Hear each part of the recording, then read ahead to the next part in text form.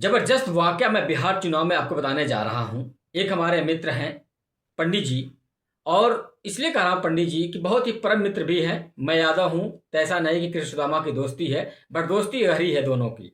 But बता दो कि मैं बिहार चुनाव की बात उठा दिए वो, तो कहा यादव जी क्या होगा। तो मैंने कहा कि देखो, जंग तो लड़नी होगी, चाहे वो घर हो, चाहे वो स्कूल हो, चाहे वो अस्पताल हो, चाहे वो खुद के जीवन की जंग हो, जंग तो लड़नी ही होगी।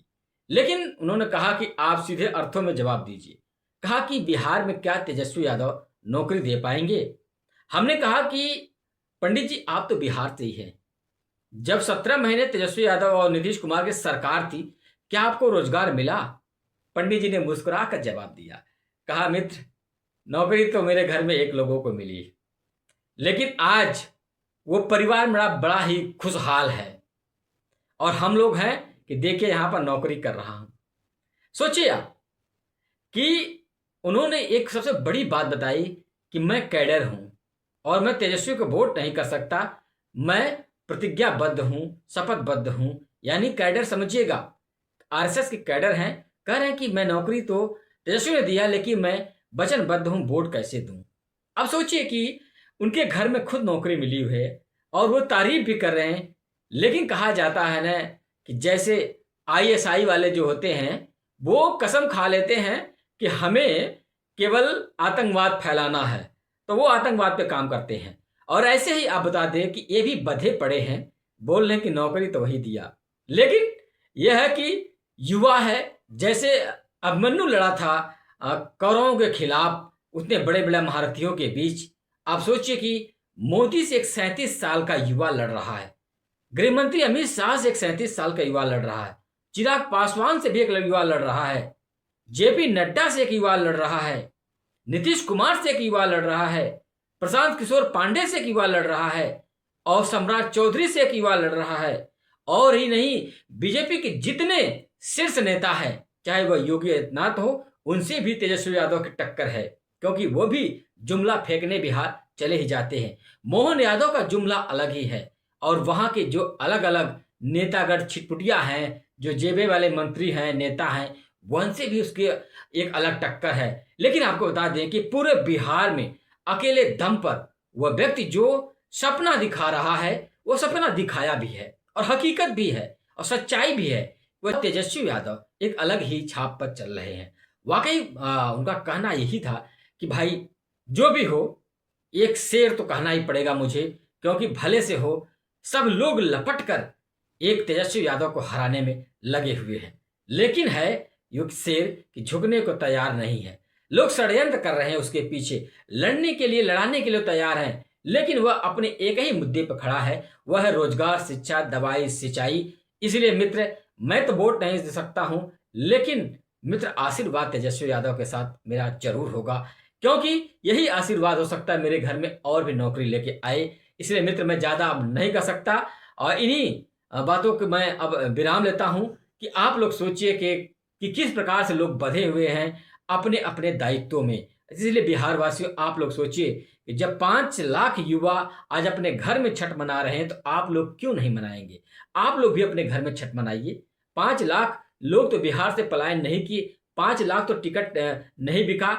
और मोदी जी की अगर बात कर लेते हैं, तो इन्होंने कहा था कि बिहार का पैकेज की घोषणा की थी बहुत बड़ा, 50 करोड़ दे दूं, इतना दे दूं, 100 करोड़ दे दूं, 200 करोड़ दे दूं। भाई साहब कितना मिला ये तो बिहार वासी शायद ही जानते होंगे। लेकिन असल मुद्दे की अगर बात की जाए, तो क्या वाकई प्रधानमंत्री मोदी जी से मेरा सवाल है, क्या बिहार में कंपनी नहीं लगनी चाहिए। आपके 11 साल के कार्यकाल में जिस चीनी मिल से आप चीनी से चाय पी की बात कर रहे थे, प्रशांत किशोर पांडे ने आपके लिए एक स्क्रिप्ट लिखी थी, वह स्क्रिप्ट आपने बकाया बोली थी। क्या वह स्क्रिप्ट आपने काम किया? नहीं किया। यहां तक कि वह चीनी मिल भी बिक गई। कृपया वीडियो भी आप देख लीजिए। और आप बताइए, मोदी जी का भाषण 14 में हमने लिखा है, मैं आपको कोट कर देता हूं। मोतिहारी में मैंने उस समय मोदी जी से कहलवाया, मोदी जी ने कहा कि इसी चीनी मिल से के बनी हुए चीनी से चाय पीऊंगा, तब बिहार लौटूंगा, तब वोट मांगने आऊंगा। 14 में कहा था, नहीं बना। नहीं बना। अरे भैया, मोतिहारी चीनी मिल का जमीन एक एक टुकड़ा बांट दिया गया, बेच दिया गया, और खरीदने वाले आधे से ज्यादा भाजपाई हैं। वह रोजगार लाए, एक उनका वादा मैं दिखा देता हूं आपको, शायद आप लोग देखिएगा। यह मोदी जी का वादा है। इन्होंने कितने वादे किए और कितने वादों पर लोग खरे हुए। प्रधानमंत्री, आप इस तरह के वक्तव्य अगर बोलते हैं तो इतिहास आपको किस तरह याद करेगा? आप इतिहास किस तरह, आप कल में जी रहे हैं।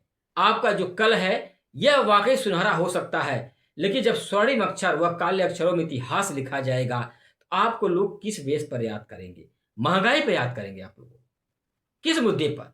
देश की कर्जदारी पर याद करेंगे लोग। 85 करोड़ से 200 करोड़ का कर्ज आपने कर दिया, इस पर लोग इतिहास लिखेंगे आपको। आपका इतिहास लिखा जाएगा। आप गोदी पत्रकारों को जितना और उद्योगपतियों को जितना आपने बढ़ावा दिया, गरीब को आपने जितना 5 किलो राशन दिया, वह खाता रहा, अपना पेट भरता रहा। वह अपने रोजी रोजगार के तलाश में जब निकलता था तो परेशान होता था, इसलिए मन मार करके आपके 5 किलो राशन खा के बैठ जाता था। शायद इतिहास आपका किस पन्ने पर कैसा लिखा जाएगा ये तो शायद हम नहीं जान सकते, लेकिन मुझे इतना अनुमान जरूर है कि कहीं न कहीं एक बेहतर प्रधानमंत्री के तौर पे आपका इतिहास नहीं हो सकता, क्योंकि आप जितना अडानी अंबानी के लिए आपने काम किया है उतना आप देश के लिए काम नहीं किया। क्योंकि आपने देश में कर्ज लाए, उस कर्ज का इतना बड़ा मर्ज बना दिए हैं देश में कि लोग परेशान हैं। सोने के भाव अगर हम बात करते हैं तो 28,000 2014 में आप गद्दी पे बैठे थे। आज आपने सीधा सीधा 1,28,000 ग्राम पे पहुंचा दिया है, 10 ग्राम। तो सोचिए आपको मैं किस मुद्दे पे याद करूं? आपसे अगर बिहार में जा ही रहे हैं, आप किस विषय बिहार पर बात कर रहे हैं? रोजगार की बात तो आप करेंगे नहीं, डेटा की बात करेंगे आप। क्यों? क्योंकि पकौड़ा वाली जो बात थी वो पुरानी हो गई, अब वो लोगों के दिमाग में ट्रैक नहीं करेगी। अब डेटा की बात और रील की बात पे आ गए। ये आप देश के प्रधानमंत्री हैं, कोई प्रचार मंत्री नहीं हैं। जब आप मनोनीत हो गए तो आपका लगभग देश में ज्यादा प्रतिशत लोगों ने वोट किया, इसलिए आप देश के प्रधानमंत्री बने। लेकिन वाकई जो बेरोजगारी है बिहार में, जो मजदूरों का पलायन है बिहार में, जो एयरक्राफ्ट की बात आप गुजरात में करते हैं, जो टेक्नोलॉजी की बात आप गुजरात में करते हैं, वही बात आप बिहार में क्यों नहीं करते हैं? आपका ये वीडियो है, क्या मैंने बनाया है ये वीडियो? नहीं, ये वीडियो आप लोग सुनिएगा। अगर ये भाषा क्यों नहीं बोलते हैं बिहार में, क्यों बोलते हैं कट्टा वाला बिहार? आज गुजरात में एक से बढ़कर एक यूनिवर्सिटीज है। पेट्रोलियम हो, फॉरेंसिक हो, वेलनेस हो, हर आधुनिक विषय की पढ़ाई के लिए गुजरात में बेहतरीन मौके हैं। विदेशी यूनिवर्सिटी साथियों, इस सस्ते डेटा का सबसे ज्यादा फायदा बिहार के मेरे नौजवानों ने उठाया है। ये जो रील्स पर रील्स बन रही है ना, सारी क्रिएटिविटी दिख रही है। अब सोचिए आप उसमें किस प्रकार की भाषा है, यानी अपने घर में अपने बेटे बहुत अच्छे पढ़ लिख कर आगे जाएं, इनका घर संपन्न रहे, और दूसरे के जब घर में जाते हैं तो वहां आग लगाने का काम करते हैं ये लोग। अब सोचिए आप कि इस आग लगाने में क्या अच्छा लगता है आपको? यही भाषा आप बिहार में क्यों नहीं बोलते? बिहार भी तो आपके ही देश का एक राज्य है जो बहुत पिछड़ापन है, जहां से रोजगार के लिए मजदूर जाते हैं गुजरात में। आप इन मजदूरों को रोकने के लिए कोई व्यवस्था कीजिए।